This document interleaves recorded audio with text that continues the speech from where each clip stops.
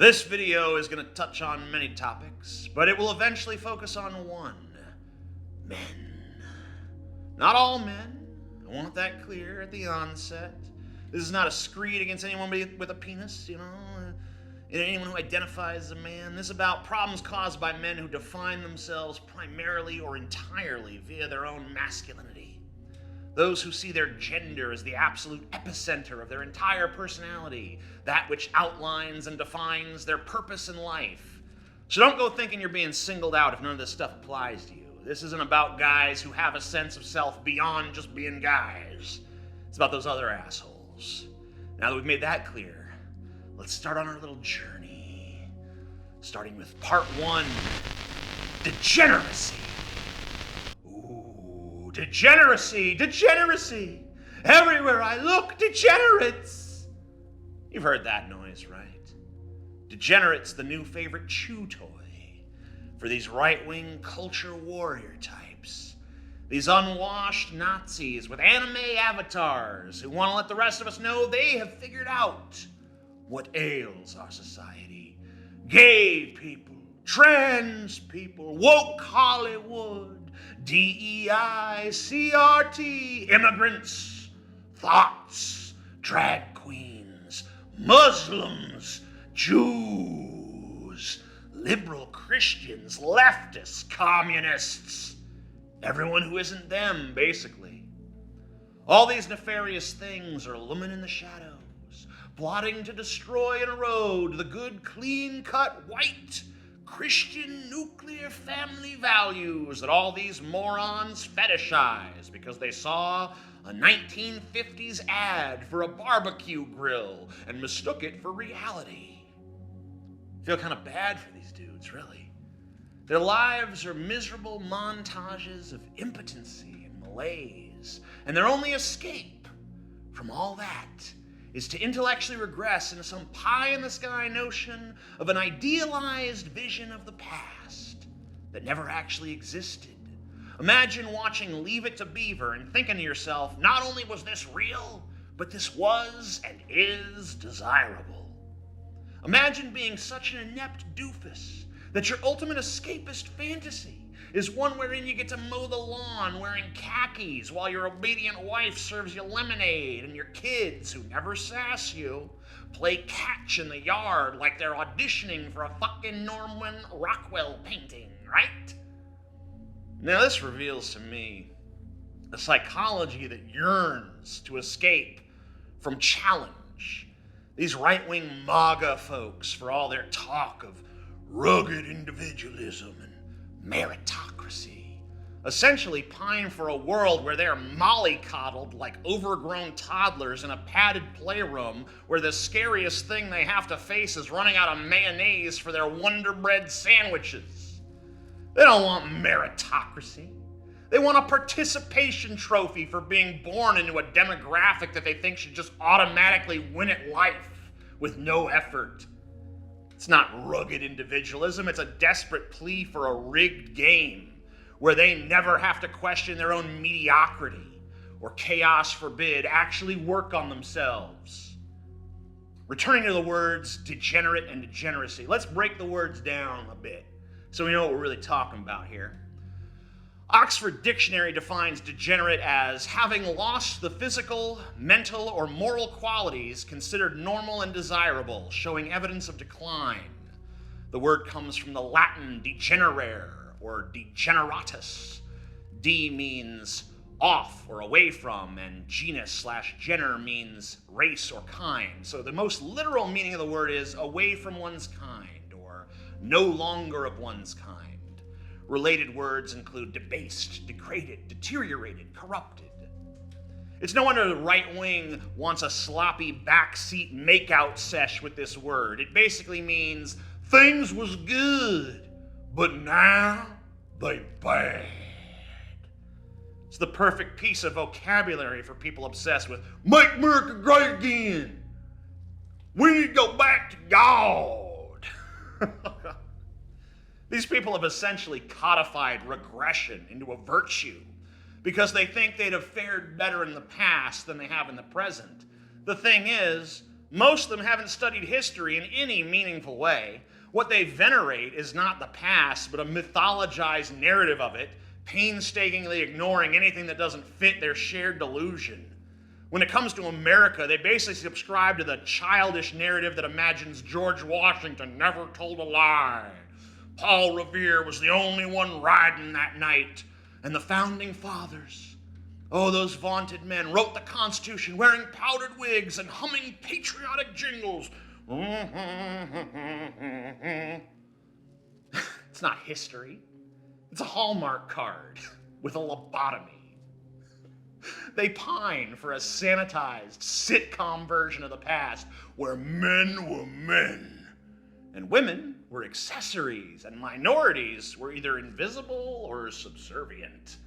It's a worldview that erases the messy, complicated reality of history, the struggles, the injustices, the revolutions, because facing those truths would mean confronting things that these guys neither have the emotional resiliency nor the intellectual fortitude to handle.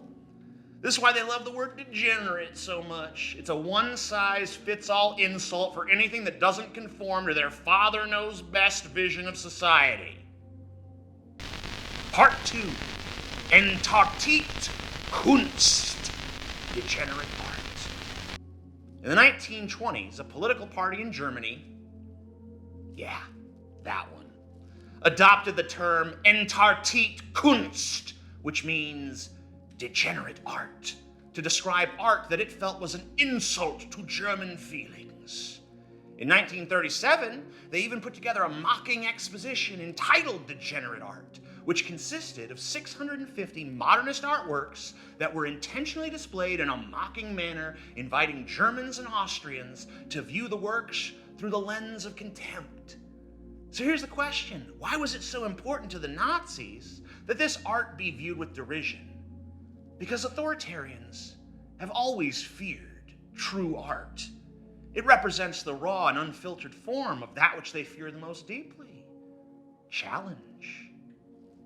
To be fair to our right-wing brothers and sisters, it's not as if they shirk away from every form of challenge. They can be quite resilient when the challenge is something like, I don't know, arguing about the fictional Eminem losing her high heels, or waging a month-long meltdown on a trans person on a beer can. You know, give them a trivial made-up problem and suddenly they're warriors of unparalleled grit and determination. They tweet about every new development. They post their little think pieces. They organize their boycotts, all while somehow convincing themselves they're fighting for the greater good, the good fight for humanity. But when the challenge involves real-world complexity, like addressing any sort of real problem or tackling climate change, maybe exhibiting the least little shred of empathy for their fellow human beings, suddenly their little spines turn to jelly. Real challenges require introspection, adaptation, the courage to grow. And that's not in their playbook.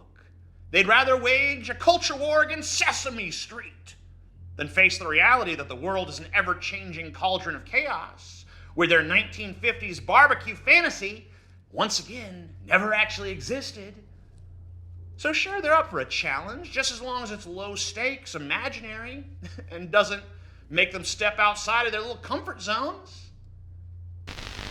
Part 3, where the right is right. Okay, I'm being unfair, which is fine, because it's both fun and funny. But being serious, there are some challenges that our right-wing siblings seem to be good at tackling when it comes to preserving tradition, promoting stability, and resisting what they see as harmful excesses of change. Many right-wingers really do have a sort of deep sense of conviction about it. They really think they're standing up for the values that have anchored society for generations, and there's something to be said for not rushing to dismantle a system without first carefully considering what might replace it. Take, for instance, their emphasis on personal responsibility. Now, for all the caricatures of pull yourself up by the bootstraps, there is a kernel of truth in the idea that resilience and hard work and self-discipline are admirable traits. While this mindset can sometimes veer into blaming individuals for systemic problems, at its core it reflects a belief in the dignity and the agency of the individual. Something that really resonates, I think, in this country, which prizes independence. When it comes to their critiques of modern culture, there's also an underlying concern about the fragmentation of shared norms. They fear that in the rush to embrace inclusivity and innovation, we may lose the sense of community and common purpose that binds us together as a people. And this anxiety is not without any basis in reality. Rapid cultural shifts can leave some people feeling unmoored, disconnected, and unsure of their place in the world. And while it's easy to scoff at nostalgia for an idealized past, a cautious approach to reform is not inherently foolish. Traditions, even flawed ones, often exist for reasons that aren't immediately obvious. Rapidly discarding them can lead to unintended consequences. For example, the decline of religious traditions has left some individuals and communities without shared moral frameworks, rituals, or support systems that religion has historically provided for them. This has been linked to increased feelings of alienation, a rise in mental health issues, and a decline in civic engagement. And that's not just an opinion. In a 2016 study published in JAMA Psychiatry, Harvard professor Tyler J. Vanderweel and his team found that regular religious attendance is associated with lower rates of depression and suicide. The study analyzed longitudinal data and found that women who attend weekly religious services were 5 times less likely to die by suicide than non-attendees were. The researchers suggest that religion fosters community, purpose, and a support network that can protect against mental health struggles. If you look at Pew Research on the subject, you'll find additional evidence supporting the social and emotional benefits historically tied to religious participation. Pew has extensively studied trends in religiosity and their societal impacts. For instance, their 2019 report on nuns, which is those who are not affiliated with any religion, highlights that religiously affiliated individuals are more likely to engage in community service, volunteerism, and charitable giving. Part 4, the social adhesive of religion. My old friend, Howard Bloom, who I no longer speak to because of his ridiculous Zionism, first put me on game to this in his 1997 book, The Lucifer Principle. He lays out how religion is what he calls a social adhesive. In other words, it serves as a binding agent that holds communities together, creating a sense of shared identity and purpose and belonging. Bloom argues that this adhesive helps societies survive and thrive by encouraging altruism, mutual support, and a sense of duty to others within the group. Without it, communities can fragment, leading to feelings of alienation and disconnection. While Bloom does not shy away from critiquing the darker side of religion, which is its potential for exclusion and conflict, he often emphasizes its evolutionary function as a tool for societal cohesion and survival. Even if you disagree with Bloom on specific points, like his Zionism, his insight into the role of religion as a social glue is hard to deny. It's not just about faith, it's about the way religion weaves individuals into a fabric of shared meaning and mutual responsibility. When that adhesive is lost or discarded without a clear replacement, societies may struggle to maintain the same level of unity and resilience.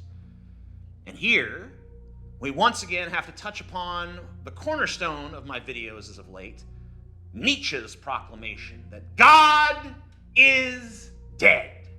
Remember in my video, The Rise and Fall of New Atheism, a Forgotten Relic, when I opined that one of the big problems of New Atheism was that it failed to adequately contend with the death of God? This is exactly what I was talking about. Atheists like Richard Dawkins tore down concepts of the Abrahamic monogod, but they failed to account for the vacuum of nihilism this would create. As a result, here we are again, once more contending with the forces of Christian nationalism that I truly believe we had every opportunity to defeat. I should have heeded South Park's warning when they correctly opined that Dawkins might have great intelligence, but he lacks wisdom. Nietzsche, thankfully, did not lack wisdom. He knew that the destruction of the concept of the monogod of Christianity and the other Abrahamic faiths would not merely result in the neat and tidy undoing of all of the problems that religion has caused. It would be a complicated and messy affair, resulting in a profound existential crisis for humanity. The essence of Nietzsche's Götzendamerung, the twilight of the idols, where the idols of old are shattered, but without a clear replacement, society risks succumbing to despair or falling prey to new, more dangerous idols. He feared that without a guiding narrative, individuals would either drown in the meaninglessness of nihilism or flock to totalitarian ideologies, promising certainty and salvation. Sound familiar? The failure of New Atheism, as I argued in The Rise and Fall of New Atheism, a Forgotten Relic, lies precisely in this gap. It excelled at dismantling belief systems, but offered little in the way of constructing alternatives. The movement critiqued religion's dogma, but it kind of underestimated the depth of the human need for meaning, for ritual, for community. Dawkins and his peers thought science and reason alone could fill the void, but they severely misjudged the emotional and cultural dimensions of the human condition. Now, as Christian nationalism rears its ugly head once more, we're witnessing Nietzsche's prophecy play out. The vacuum left by the death of God has not been filled with a robust secular alternative. It's been filled with reactionary forces doubling down on traditionalism, authoritarianism, and a nostalgia for the mythical past. Nietzsche didn't celebrate the death of God as some kind of final victory. He saw it as a new challenge. He knew that without a new framework to replace what was lost, humanity would stumble into chaos, or worse, into the arms of opportunistic ideologues offering easy answers to existential dread. And remember Nietzsche's time and place. Germany, in the mid to late 19th century, right on the cusp of the social and political upheavals that would later culminate in the rise of fascism. Nietzsche saw the cracks forming in the cultural and spiritual foundations of Europe, where the decline of Christianity left a void that could be exploited by dangerous forces. In a tragic irony, his own sister, herself a Nazi piece of shit, would later steal and alter some of her famous brother's unfinished notes and use them to create a dreadful book called Der Wille zur Macht, or The Will to Power, which was used as propaganda by the Nazi regime to justify their authoritarian and genocidal ideology. This grotesque distortion of Nietzsche's philosophy is one of history's greatest tragedies. Nietzsche was vehemently opposed to nationalism, anti-Semitism, and herd-like conformity, values that were core to the Nazi platform. Yet through the manipulations of his sister, Elizabeth Forster Nietzsche, his ideas were twisted into a pseudo-philosophical foundation for the very forces that he most despised. The Nazis cherry-picked and weaponized concepts like the Übermensch and the will to power, stripping them of their nuanced context. Nietzsche's Übermensch was not some kind of racial superman or a conqueror. It was a metaphorical figure representing the potential of humans to transcend their limitations and create new values in the absence of divine authority. Similarly, the will to power was not a call for brute domination, but an existential principle, the driving force of life's striving for growth, creativity, and self-overcoming. But let's refocus. The right is right when it calls for us to not wantonly discard tradition for the sake of progress, if we aren't willing to replace it with something of the same value. For example, the way that Christians stole pagan holidays like Yule and winter solstice and Saturnalia and repurposed them into a celebration of Christ that we now know as Christmas. This was an act of assimilation, an act designed to help pagans transition from their old faiths to their new faith. When Christians wanted to get pagans to go from the multi-god model to the mono-god model, they offered easement in the form of integrating familiar traditions and rituals into a new Christian framework. Instead of outright erasing pagan customs, they rebranded them. The Yule log became a symbol of Christmas. The winter solstice celebrations were infused with the story of Christ's birth, and Saturnalia's themes of feasting and gift-giving were adapted to align with Christian values. This wasn't just clever marketing, it was an acknowledgment of the deep cultural and emotional ties people had to their traditions. This process of assimilation and adaptation made the transition more palatable for pagan communities. It showed an understanding that traditions, even when rooted in a system you're trying to replace, carry meaning and serve as anchors for people's identities and their lives. By incorporating those traditions, Christianity didn't just replace paganism, it wove itself into the existing cultural fabric, creating something that felt familiar, even as it introduced entirely new ideas. New atheism, on the other hand, completely failed to do this. It failed to even begin to recognize that this was a thing to be done. As a result, we have seen the rise of personalities like Jordan Peterson, whose goals are ultimately the same as the MAGA horde: regression.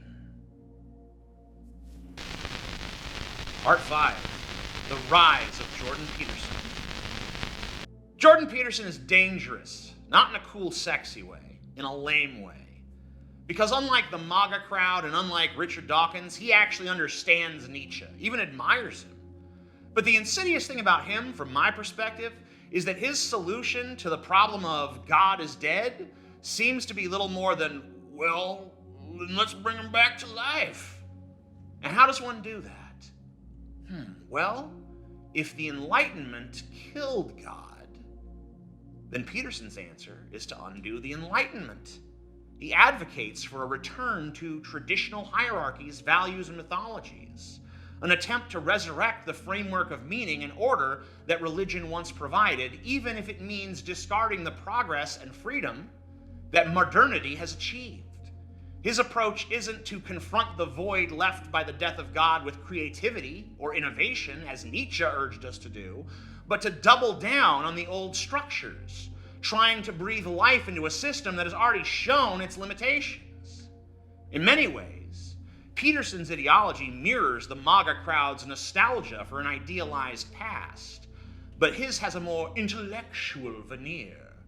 Where MAGA longs for the 1950s suburban dream, Peterson invokes biblical stories and Jungian archetypes as the foundation of civilization itself. His message resonates with people searching for stability in a chaotic world, but it comes at the cost of acknowledging the need for a new framework that accounts for modern diversity, modern complexity, modern freedom. If the Enlightenment killed God, it did so to empower humanity to forge its own destiny, to replace divine authority with reason, creativity, and individual autonomy. Peterson's vision, however, seems to sidestep that challenge. Because remember, that's what right-wingers fear most: challenge. Peterson opts instead to piece together a patchwork of old ideas and call it a solution.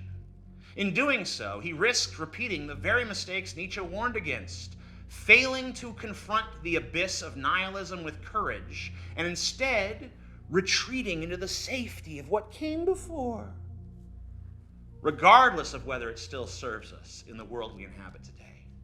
And let's consider for a moment how Peterson rose to international prominence in the first place.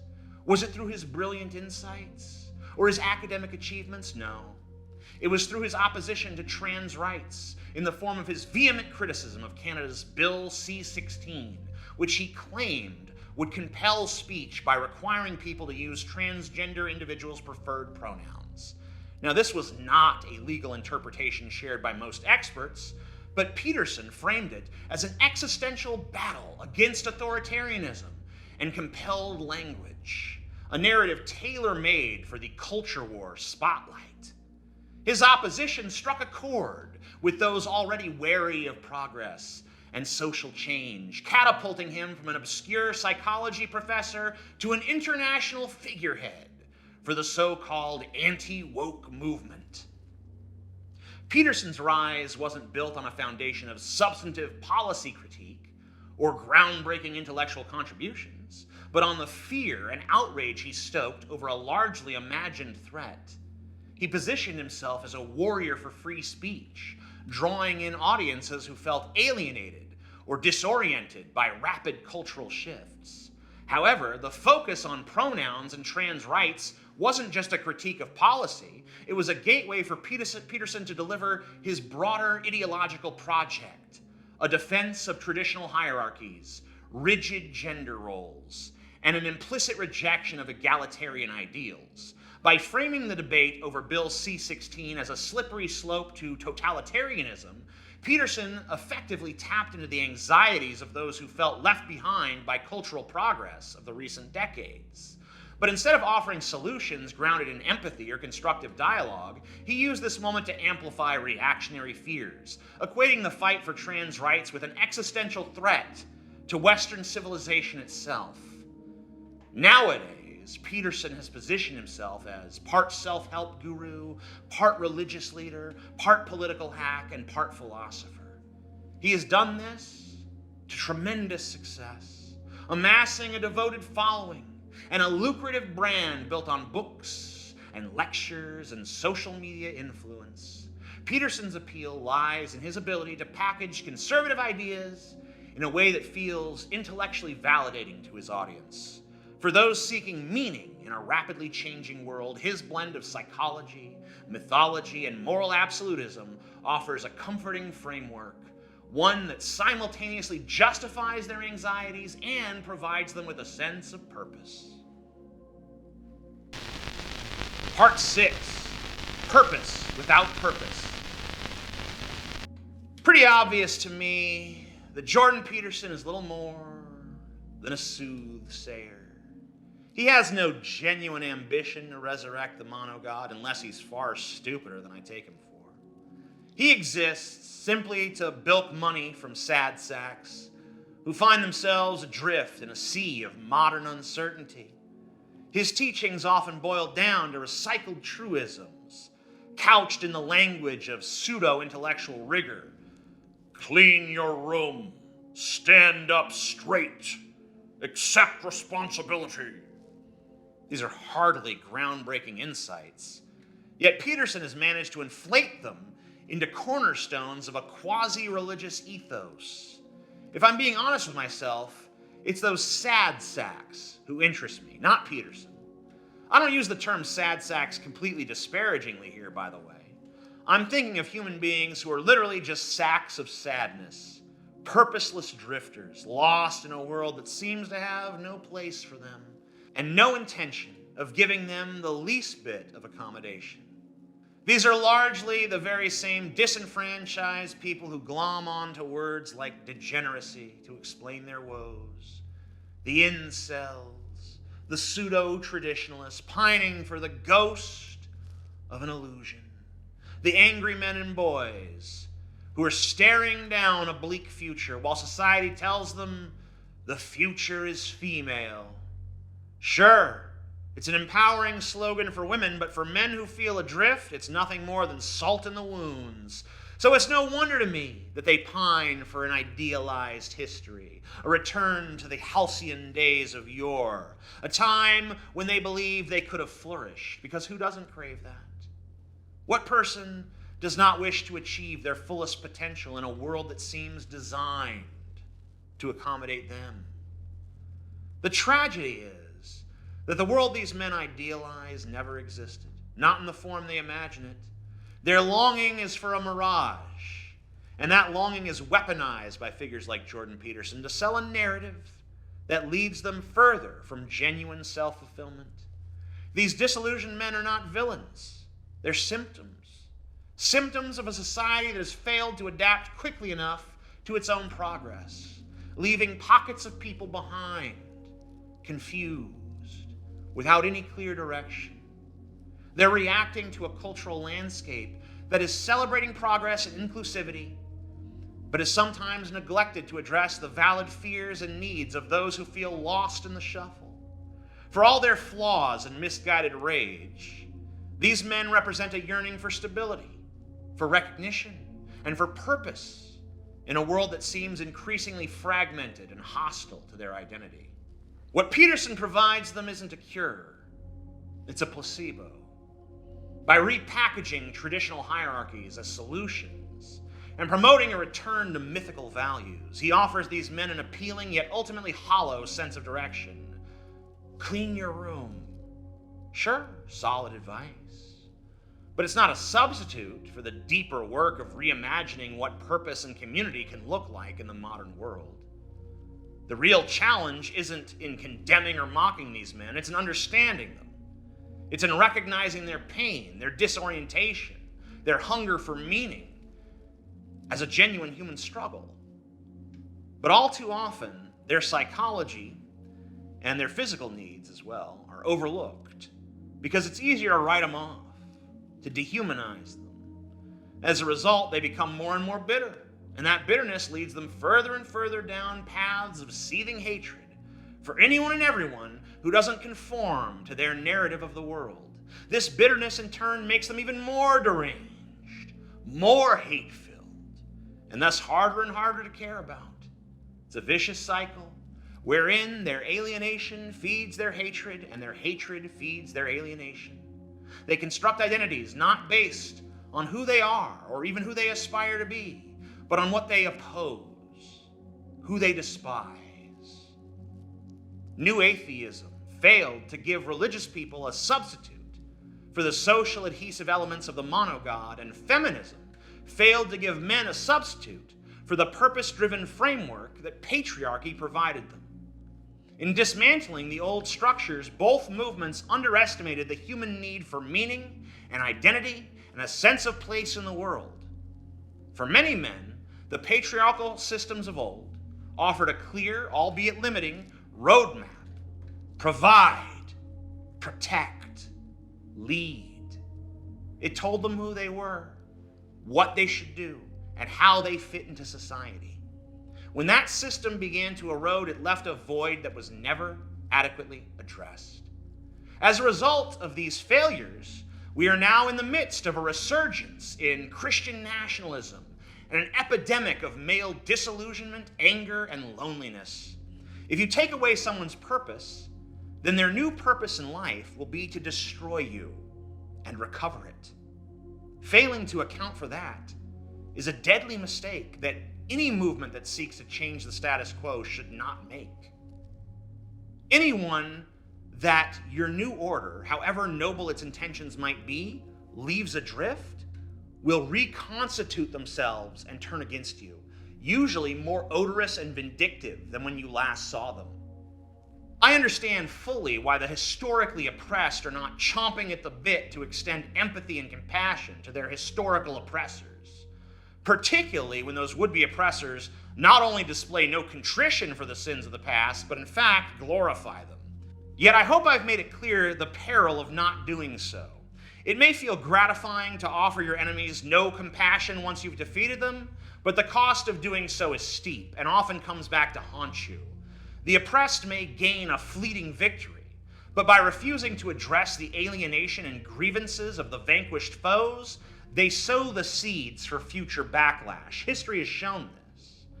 History has shown time and again that leaving a defeated group humiliated and purposeless rarely results in lasting peace or progress. Instead, it breeds resentment, festering over generations until it erupts in new and more destructive forms. Consider the aftermath of World War I. The punitive measures imposed on Germany through the Treaty of Versailles created fertile ground for anger and nationalism, paving the way for the rise of Hitler and the atrocities of World War II. The same principle applies to modern cries of male disillusionment and the resurgence of reactionary ideologies. By failing to address the void left by dismantling the patriarchal systems, progressive movements have inadvertently created a class of men who feel discarded, irrelevant, and enraged. These men aren't simply passive casualties of progress, they are actively organizing, weaponizing their discontent into movements that threaten to create new systems that are even more draconian than before. Part 7, Male Loneliness. There's a lot of directions I could take the video from here, but I think the path I want to focus on is these men and these boys who are completely disenfranchised with their role in modern society and who have turned to influencers like Andrew Tate and Jordan Peterson to give their lives meaning.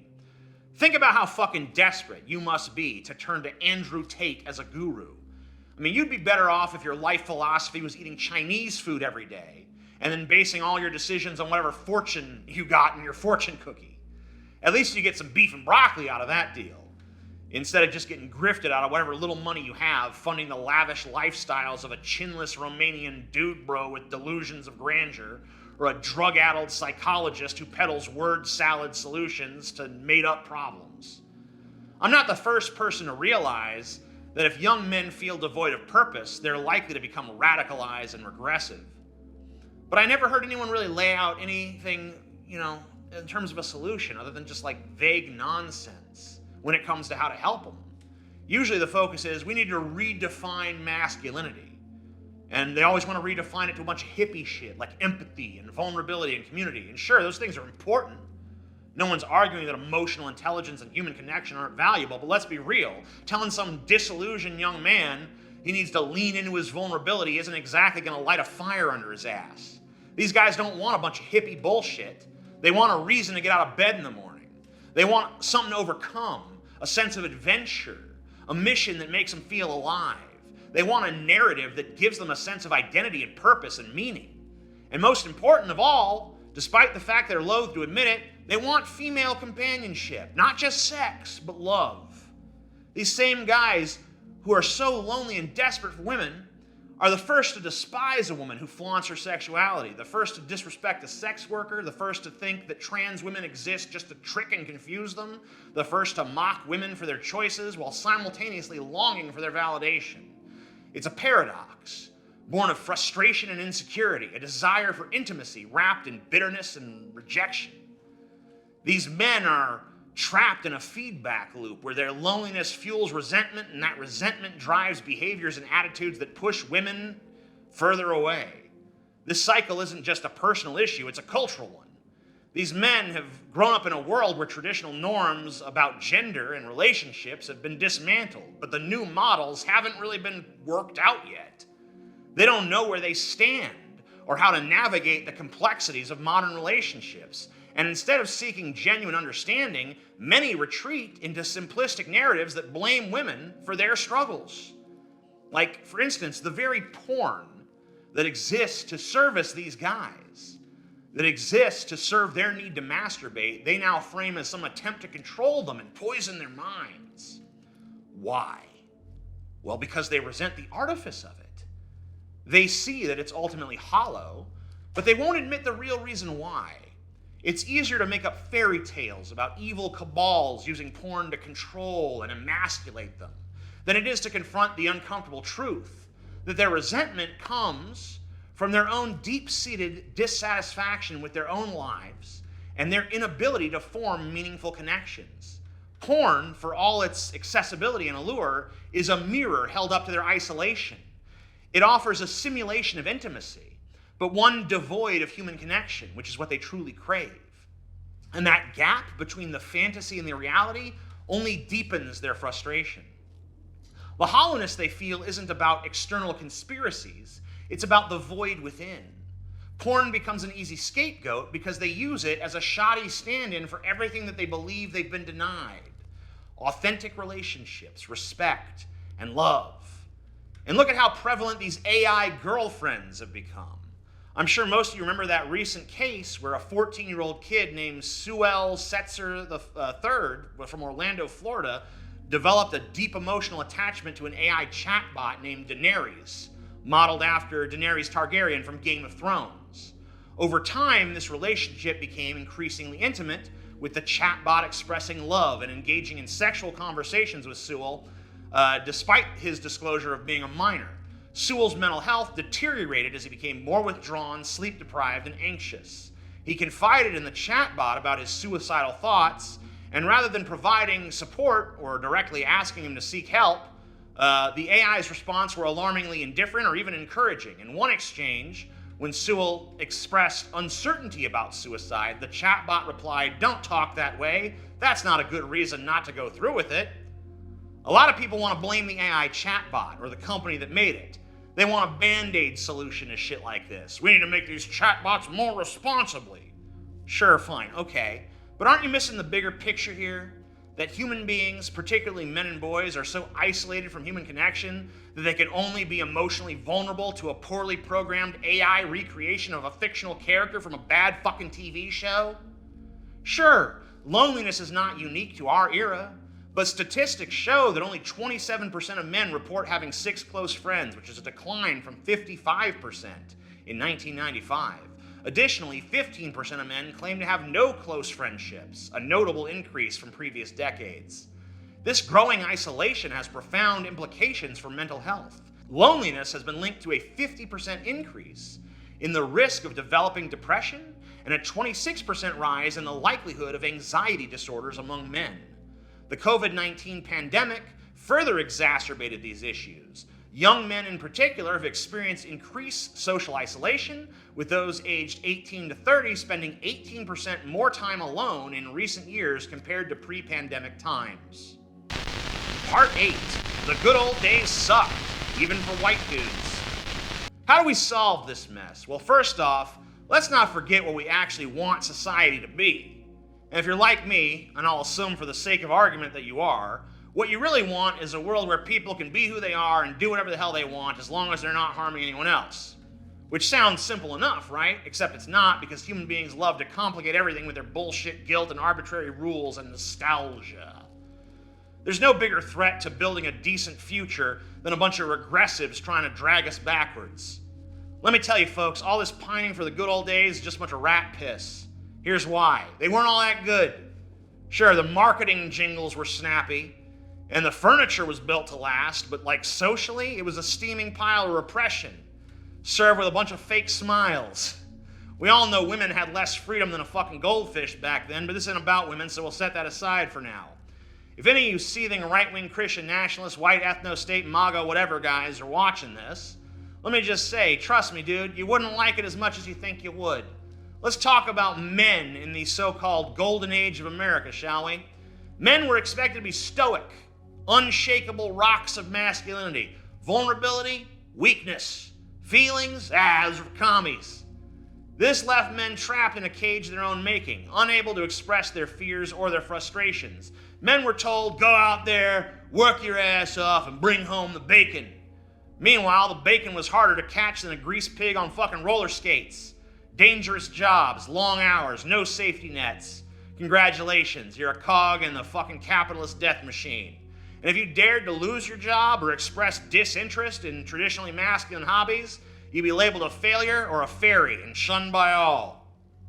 Men weren't taught to be partners or nurturers. They were taught to be walking wallets with a scowl. Fathers were expected to discipline their kids, not hug them. And marriages were often a game of emotional chicken where no one won.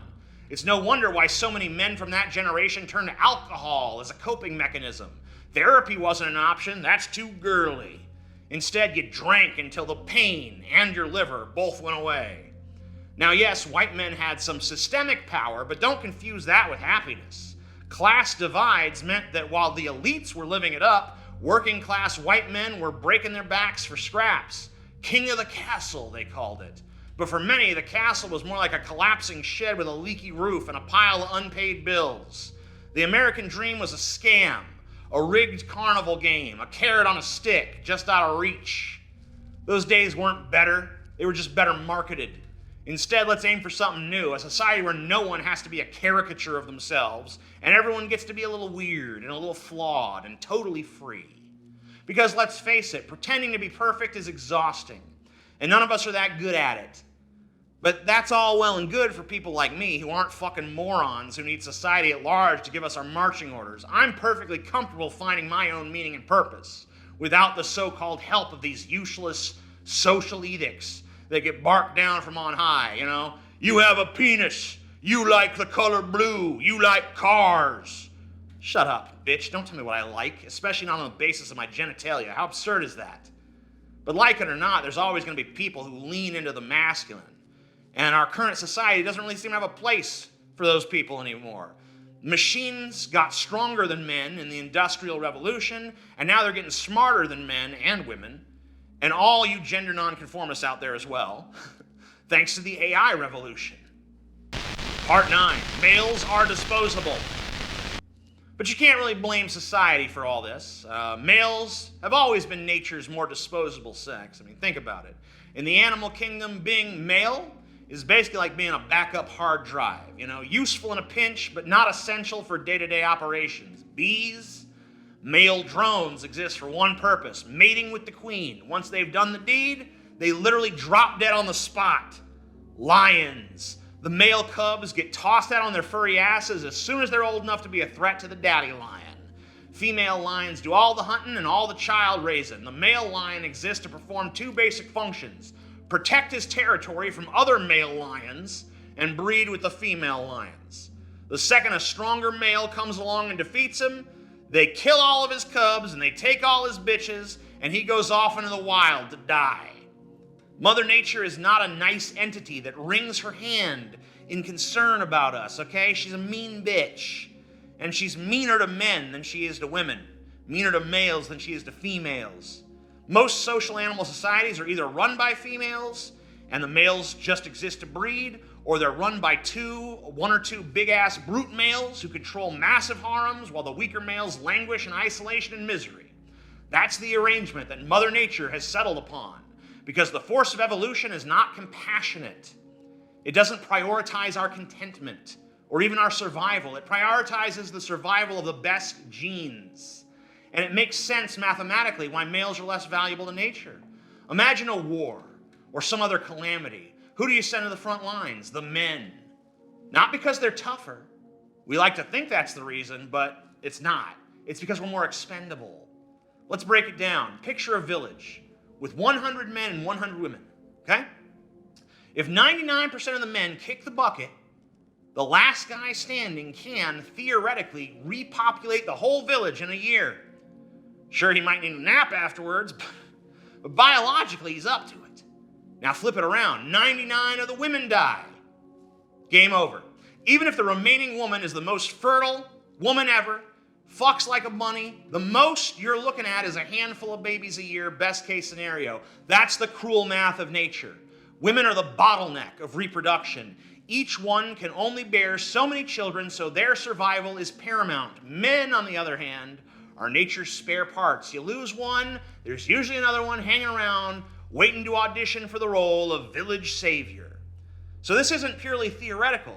It's the evolutionary logic that's been baked into our DNA for eons. Nature made men disposable by design, and that's why males in most species are flashier, more aggressive, and more likely to take risks. Males are the peacocks, strutting around, trying to prove we're worth keeping, even though deep down, we know we're on the short list to get sacrificed if push comes to shove. When the Titanic goes down, it's women and children in the lifeboats. Men get to enjoy a nice, watery grave. Part 10, how do we fix this? How do we solve this nonsense? We're looking at a paradigm wherein men are disenfranchised by social progress, becoming bitter nitwits that go around pining for life to become a 1950s sitcom and calling everything and everyone that doesn't fit into that limiting mold degenerate. They get grifted by huckster gurus like Jordan Peterson and Andrew Tate, who feed into their bitterness even more. The leftists and libs largely write them off as a lost cause, making them even more bitter.